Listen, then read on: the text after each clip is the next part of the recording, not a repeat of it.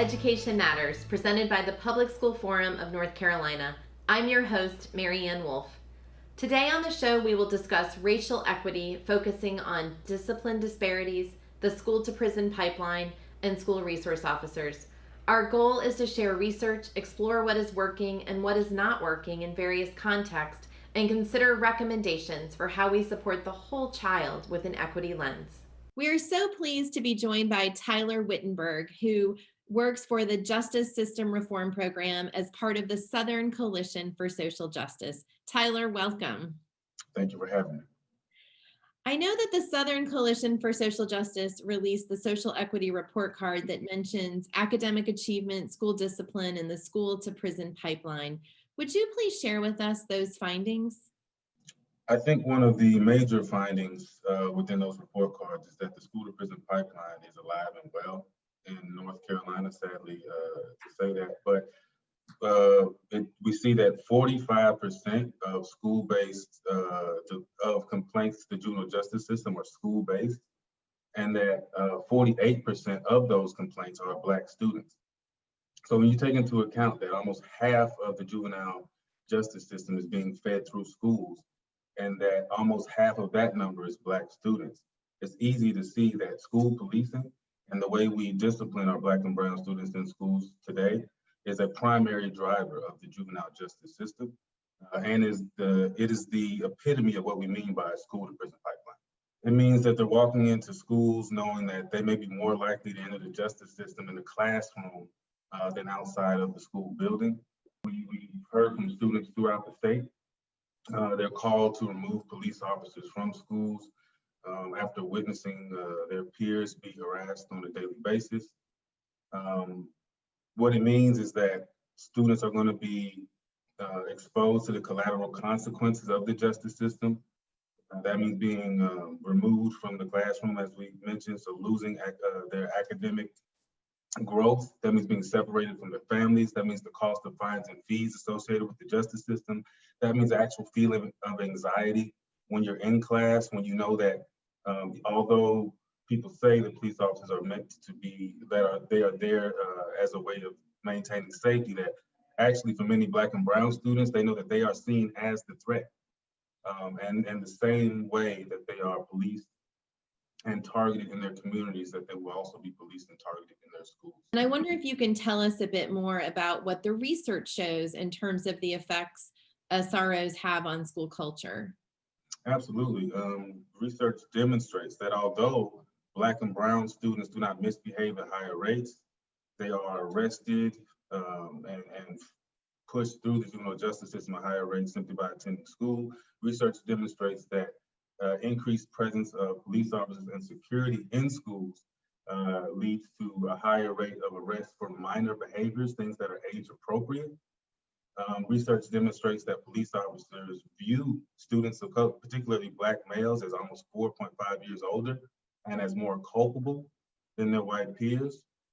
And so basically, we know that a heightened presence of police and security in schools decreases the school climate and creates a lot of trauma for Black and brown students. And this is what we mean by school push-up, when they are in classrooms and they're not able to learn, feel nurtured and secure, but instead they feel as though they are being targeted and criminalized for simply being adolescents of color. So how do we transform school culture, or how can codes of conduct be considered to move the culture in a school from one maybe more of punishment to one of relationship building? It's just that we need to have an intentional shift in the way we view the school building, in the way we view responses to behavior that is perceived negative. We need to invest in things that are preventative, like restorative justice, school-wide restorative justice, not just restorative justice where students are sent there after something goes wrong, but a system, a framework of regular relationship building with students, a framework of working with them through tough issues, letting them know the harms that may be caused by their behavior, but also the importance of building relationships with peers and listening to one another. And I also think we need to really focus on the adults in the building as well. Restorative justice is not just for students. It is also for those adults and all of us as we go through life so that we can be supportive of one another, care about one another, and provide each other with the space for growth. Are there other roles that you wish existed in schools to support students? I'm so glad you asked that. Members of our Youth Justice Project here in Durham have called for a mental health space to be in every single school, staffed by a professionally licensed psychologist. They are calling for safe spaces for LGBTQ plus students who throughout the country and especially here also receiving harm and harassment just by going to school on a regular basis. They're calling for, once again, full school-wide restorative justice programs in every single school and the removal of school police officers so that we can be preventative and nurturing as opposed to exclusionary and dismissive. Do you have other examples where you've seen this transformation happen and actually make a real difference for students in school culture? Well, so the call to remove police from schools and to fully implement restorative justice has been going on for a while. After the uprising with George Floyd, we see a lot of spaces throughout the United States that actually have responded to that call. And the research does show that proper implementation of restorative justice reduces behavioral incidents and actually provides students with the social and emotional learning that follows them throughout life. And it's not just about creating a certain environment within that school, but these things trickle over into the community. They trickle over into the students' matriculation through education and follows them for the rest of their lives. I have had a chance to hear students talk about how they use some of those strategies at a playground or other places, and it's wonderful to hear it directly from them, not even realizing what they're sharing in some ways. So I really appreciate that. Well, as we wrap up here, I wonder, do you have any other recommendations for school and district leaders, educators, and school boards who are wrestling with these issues? I think some of them are a bit apprehensive about taking steps to remove SROs because of a perceived backlash that may occur. But I think they need to understand who they work for. They work for the students. And when you have students of color throughout the state, throughout our counties, throughout the United States that are calling for a removal of SROs because of the trauma that they regularly experience, it is imperative that policymakers listen to those students and follow their lead. I think youth leadership, it is itself a form of education and a form of empowerment. And as adults, I think we think that we know better, that they don't understand maybe the budgets, they don't understand the loopholes that have to be overcome in order to implement some of the policies that youth call for. But that is our role. It's our role to figure out a way to actually implement the things that they're calling for. So first and foremost, listen to the youth, especially those most impacted, and those being the youth of color and LGBTQ plus youth throughout the state of North Carolina. Well, thank you so much. After the break, we're actually going to hear directly from a student from Wake County and also continue our conversation with a Durham Public School school board member. And then we also want to take a moment to remind our viewers to vote. Early voting is open now through the end of the month, and the last day to request a ballot for mail-in voting is October 27th, and it needs to be postmarked by November 3rd. Early vote matters, so we hope that you'll take the time to vote. Thank you so much. Education Matters is brought to you each week in part by Town Bank, serving others, enriching lives. We are so pleased to be joined today by Jovana Lewis, who is a Durham Public School Board member, and Reagan Razon, a student at Enloe High School in Wake County. Jovana, I'd love to start with you. Would you mind sharing just a little bit about your background that you bring to the Durham School Board? My professional background is as a licensed professional counselor, and I've been doing clinical work for over 20 years. But most recently, I began an initiative in one school called PAC, Parents of African American Children. And we are a subcommittee of one's PTA, and we really center advocacy and equity in education. So we had grown so much for one initiative in increasing Black parent leadership within the school that I began a nonprofit last year called EPIC, Empowered Parents in Community to work towards dismantling systemic racial inequities in the school system just before I ran for school board and then began that work in July. Reagan, I'd love to hear a little bit more about you and how the experience of a student and how it's affected your views on racial equity in general, but also in your school. So just a little background on me. I am an executive at large of the Wake County Black Student Coalition, and this is an organization that we started in early this summer to really provide this platform for Black and Brown students to speak about, different microaggressions that we face. And it's really tailored to really end the systemic racism that infiltrates the education system. And in addition with that, I'm a vice president of this group called Women in Science. And we aim to, bridge this gender and race gap in science professions. So we teach and mentor third grade girls. So with this, I've always really been passionate about fighting for racial equity in our schools, because as a Black girl in our school system, I've been used to being, the only Black girl in my AP classes or my honors classes. So it's important to me to move past diversity and towards racial equity, because often it's easy for people to fall back on this idea that, oh, our school is diverse, people don't face these different forms of racism, but it's important for us to acknowledge that. And as I'm at Enloe, there are a lot of different there's a lot of different efforts to really fight for racial equity. This year, I was lucky to be on this call with my administration and other students as we had a discussion about, different tactics that we can implement to really fight for racial equity. And with that, I think that this discussion is really being promoted because early on, I feel like racial equity was kind of on the back burner. But with what has happened recently in national events, people have had to confront, their own biases that they have. Jovonia, I wonder if you could tell us a little bit about the role the school board plays in terms of equity, especially racial equity, but also with codes of conduct and other policies like that that impact some of the aspects that Reagan was just talking about. Yes, thank you. And Reagan, you're doing amazing work. I'm so happy to also be on this show with you right now as well. So as I shared, I just joined the board in July. And the board was in the middle of reviewing all of our policies. So we're doing the last full policy adoption was in 1999. And there have been adoptions throughout the years, but I do remember the school board discussing this 2 years ago. And I wanted to ensure when I heard that public voice and Durham community values was included, those values of equity in education, dealing with racial bias, increasing culturally responsive curriculum and things of that nature. So I have had the good fortune of being able to sit on the work groups and doing these policy reviews and editing policy. So most recently, I was sitting on a group, doing a work group for policy 5120, which has to do with relationships with law enforcement. I wanted to make sure the community voice was heard and that Durham values were in these policies.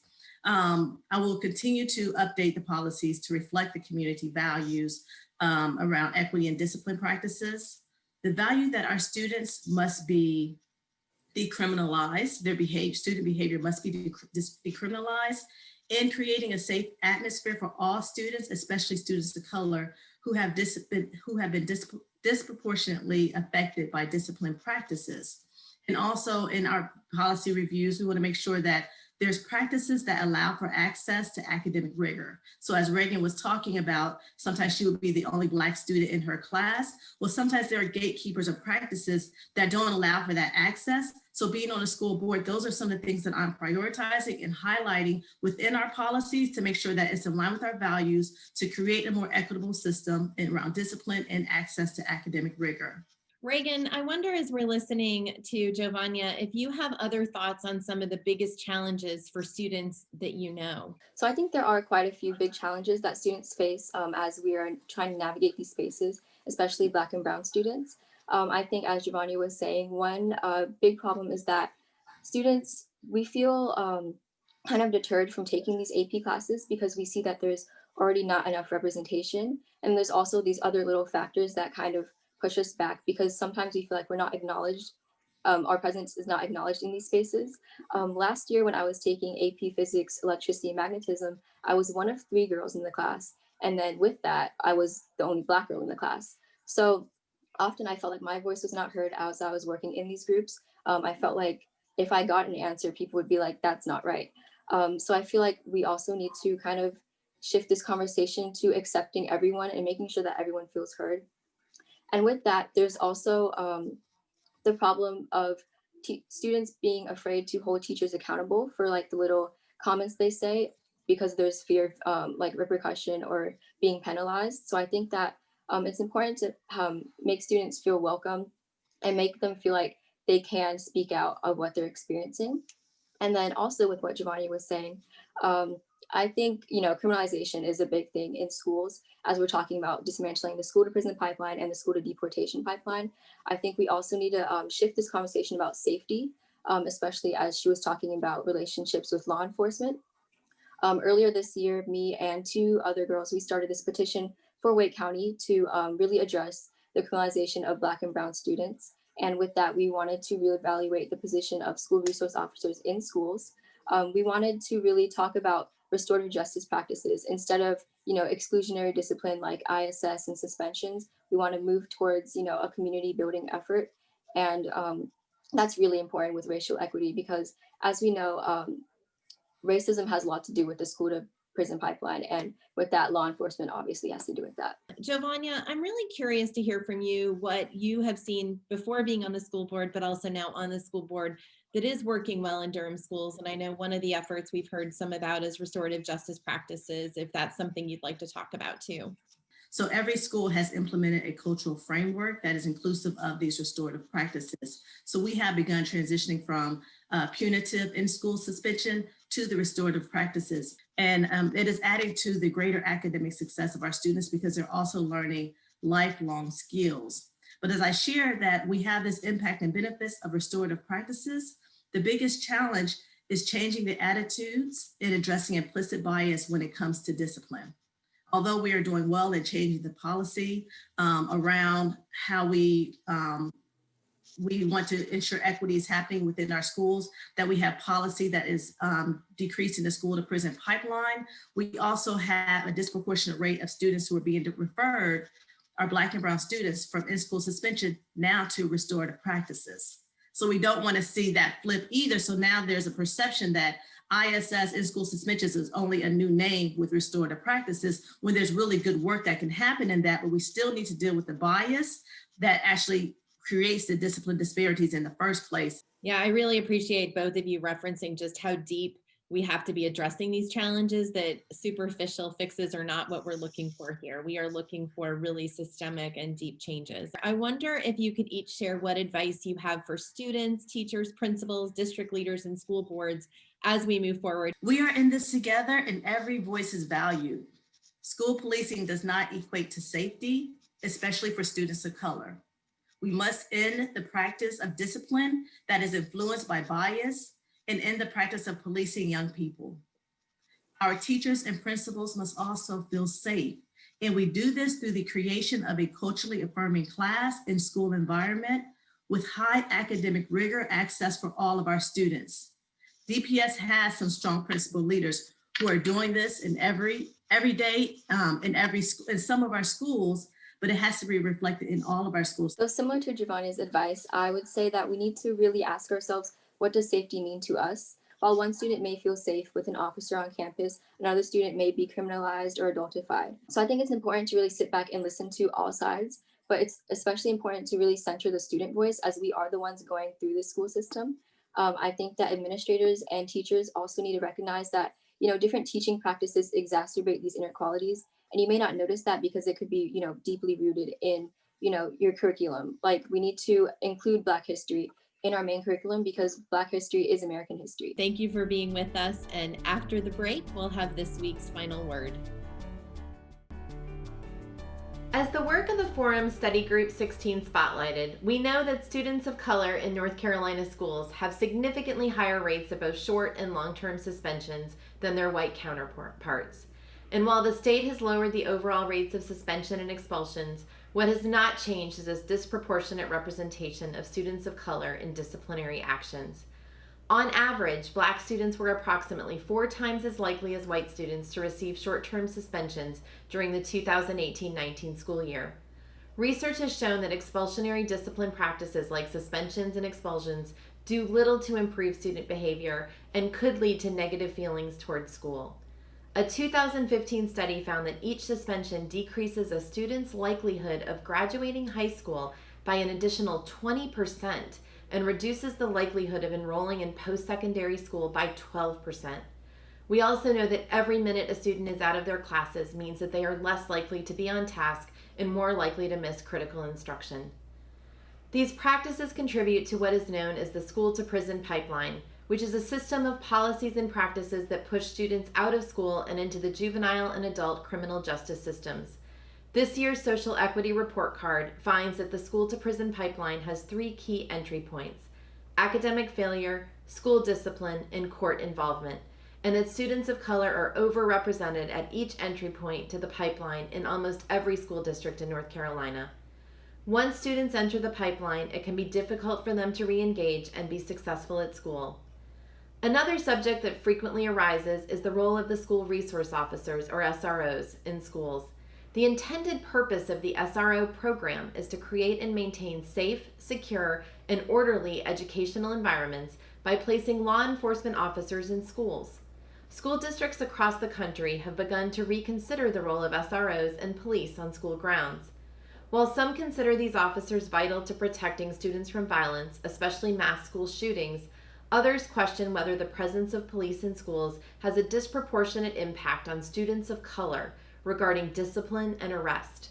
More than a quarter of NC school resource officers suggest that more or improved training would improve the job of a school resource officer statewide. All of this data brings up the urgent question of what we as a state can do to reduce discipline disparities, equalize opportunities for Black and Brown students, and ensure all students are safe and well equipped to access a sound basic education as our Constitution guarantees.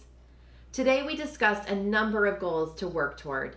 Number 1, collect better data.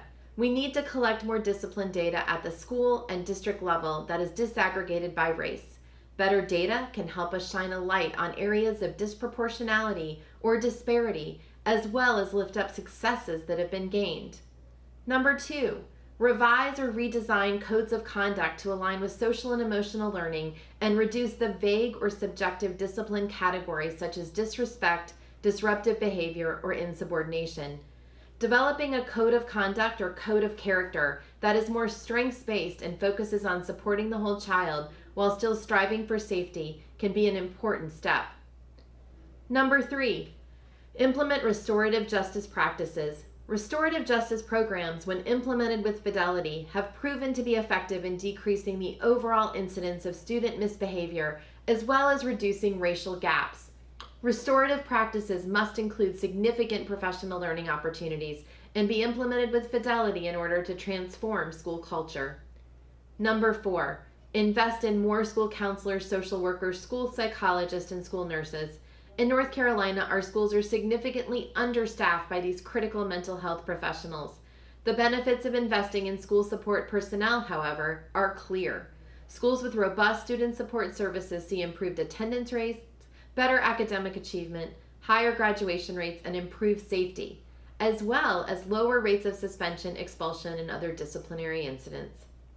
The focus on equity in the whole child provides an important lens through which to consider discipline and restorative practices in schools. I would venture to say that each child comes to us in kindergarten wanting to learn and be successful. To ensure that comes to pass, we must transform our schools into safe, supportive environments to prepare our students for college, career, and citizenship, instead of employing harmful or expulsionary discipline practices in our schools that work against our collective learning goals. Together, we can work toward policy solutions that support equity and achieve positive learning environments for all. Thank you for taking time with us to learn and think about education. That's all for today, and we'll see you next week.